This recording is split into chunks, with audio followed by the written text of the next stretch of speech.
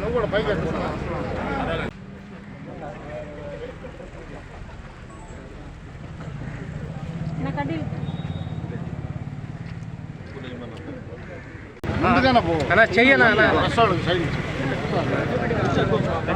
పెడతాను, సెట్టింగ్ చేస్తాను.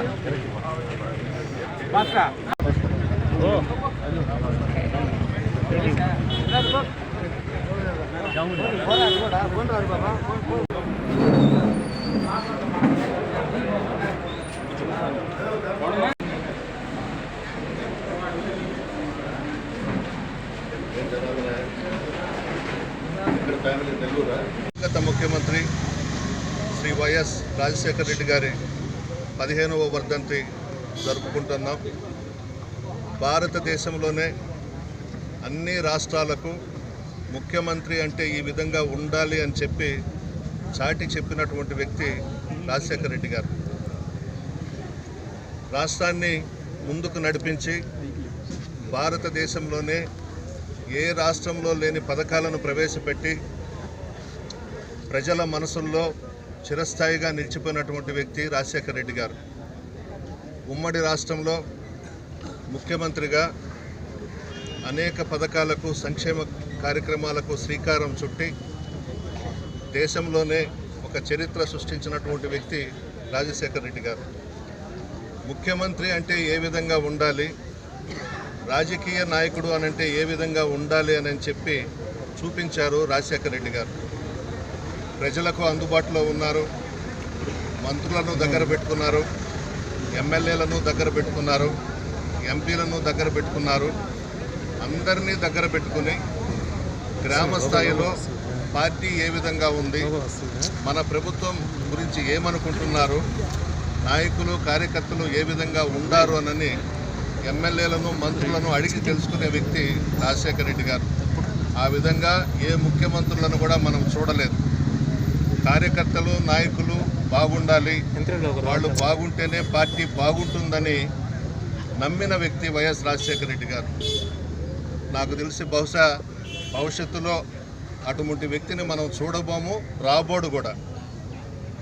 రెండు పథకాలు పేద ప్రజల మనసుల్లో చిరస్థాయిగా నిలిచిపోయినటువంటి పథకాలు, ఆరోగ్యశ్రీ పథకం, ఫీజు రియంబర్స్మెంట్ పథకం. ఈ రెండు కూడా ప్రతిపక్షాలు, శత్రువులు కూడా కన్నీరు పెట్టారు. ఆ విధంగా ఉండాలి రాజకీయ నాయకుడు అంటే, ముఖ్యమంత్రి అంటే. ఏదో ముఖ్యమంత్రి అయిపోయినాం, మనం ఏదైనా చేయొచ్చు అని అనుకోకూడదు ఎవరు కూడా. రాజశేఖర రెడ్డి గారిని గుర్తుపెట్టుకోవాలి, ఏ విధంగా పరిపాలించాడో గుర్తుపెట్టుకోవాలి. అప్పుడే ప్రజలు మనల్ని ఆశీర్వదిస్తారు. ఎందుకు ఈరోజు చాలా కుటుంబాల్లో దేవుడిళ్లలో రాజశేఖర రెడ్డి గారి ఫోటో కూడా పెట్టున్నారు. ఎందుకు పెట్టుకున్నారు? లబ్ధి పొందారు. రాజశేఖర రెడ్డి గారిని ఒక దేవుడిగా కొలిచారు ఈ రాష్ట్రంలో, ఉమ్మడి రాష్ట్రంలో. ఆయన చేసిన పథకాలు ప్రజల గుండెల్లో చిరస్థాయిగా నిలిచిపోయినాయి. పార్టీ నాయకులను, కార్యకర్తలను గౌరవించాడు, ఎమ్మెల్యేలను దగ్గర పెట్టుకున్నాడు. అంతేకాదు, క్యాంప్ ఆఫీసులో రోజు కూడా ఉదయం ప్రజలను కలిసేవాడు. 7 to 8 ఆయనే అర్జీలు తీసుకునేవాడు, పరిష్కరించేవాడు. ముఖ్యమంత్రిగా ఆ విధంగా ఉంటే ప్రజలెవరు కూడా మర్చిపోరు, ఆశీర్వదిస్తూనే ఉంటారు. ఈ రోజుటికి కూడా రాజశేఖర రెడ్డి గారిని మర్చిపోలేదు అనంటే ఆయన చేసిన పథకాలు, ఆయన చేసినటువంటి అభివృద్ధి కార్యక్రమాలు, ఆయన చూపిన ప్రేమ, ఇవి ఎవ్వరూ కూడా తుడపలేరు. అవన్నీ ప్రజల మనసుల్లో చిరస్థాయిగా నిలిచిపోయినాయి. రాజశేఖర రెడ్డి గారు ముఖ్యమంత్రిగా ప్రమాణ స్వీకారం చేసిన తర్వాత పేద ప్రజలకు అందుబాటులో ఉన్నాడు, అన్ని వర్గాల వారికి అందుబాటులో ఉన్నాడు, పార్టీ నాయకులకు, కార్యకర్తలకు అందుబాటులో ఉన్నాడు, ఎమ్మెల్యేలు సలహాలు తీసుకున్నాడు, మంత్రులని గౌరవించాడు. ఇవన్నీ ఎట్టపోయినాయో, ఎక్కడికి పోయినాయో అర్థం కాని పరిస్థితి. ఆయన పరిపాలన గుర్తుకు తెచ్చుకుంటేనే కన్నీళ్ళు వస్తాయి. నిత్యం ప్రజలు బాగుండాలని కోరుకున్నటువంటి వ్యక్తి రాజశేఖర రెడ్డి గారు. అటువంటి వ్యక్తి మరణం, ఆయన కానీ చనిపోకుండా ఉంటే రాష్ట్రం కూడా విడిపోయేది కాదు, ఉమ్మడి రాష్ట్రం కొనసాగేది. ఎవ్వరు కూడా అడ్డొచ్చేవాళ్ళు లేరు. రాజశేఖర రెడ్డి గారు చెప్పిందే వేదం. ఈరోజు ఎన్ని బాధలు పడుతున్నాం, ఎన్ని కష్టాలు పడుతున్నాం. రాజశేఖర రెడ్డి గారి మరణం తర్వాత రాష్ట్రం ఒక అనాదిగా మారిపోయింది.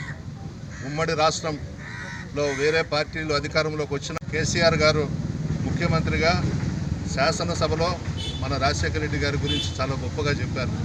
ఆయన పెట్టిన పథకాలు చాలా మంచి పథకాలని చెప్పి అభినందించడం జరిగింది. అదేవిధంగా ప్రతిపక్షాలన్నీ కూడా రాజశేఖర రెడ్డి గారిని అభినందించాయి. ఏదేమైనా ఒక మంచి వ్యక్తిని కోల్పోయాం. ఆ కష్టం, ఆ బాధ తెలుస్తుంది. అటువంటి వ్యక్తి మనం కోరుకున్నా రారు. కష్టం. భగవంతుడు ఏ రూపంలో ఈ రాష్ట్రాన్ని కాపాడుతాడో చూద్దాం.